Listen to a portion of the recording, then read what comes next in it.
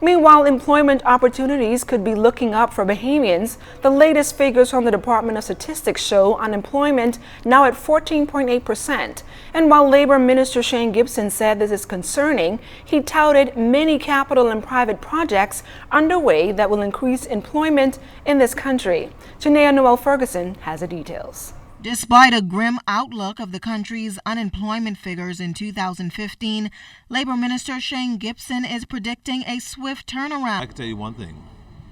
When the numbers come out again in May of this year, you'll see it will decrease from what it is right now. Gibson said his optimism is based on the projects that will continue this year, many of them in the construction sector. So we plan to start over the next couple of months. I know from national insurance point of view, we have a couple construction developments which will put a dent in the unemployment numbers in the construction industry.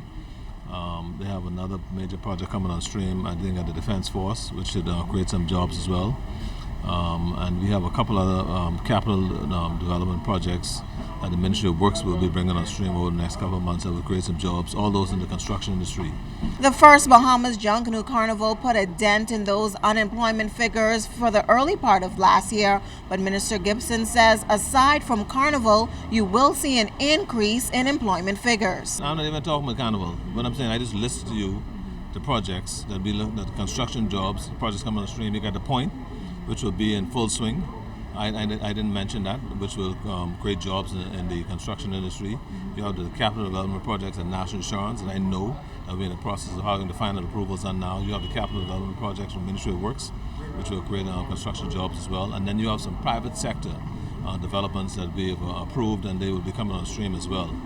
He, however, noted that the biggest contributor in increasing those employment figures lie heavily on the opening of Bahamar. The Bahamar incident caused the numbers really to increase the way it did, along with persons coming out of school every year.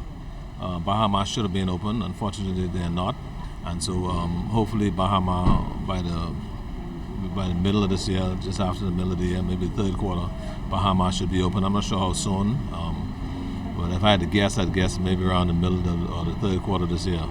And so that will create another couple thousand jobs, along with other projects that are on the drawing board. So the government is looking very seriously at this. The Labor Minister maintained that the government has created some 20,000 jobs since coming into office in 2012, but says jobs are still not being created fast enough for the many unemployed persons coupled with persons now coming out of school. Janaea Noel Ferguson, ZNS Network News.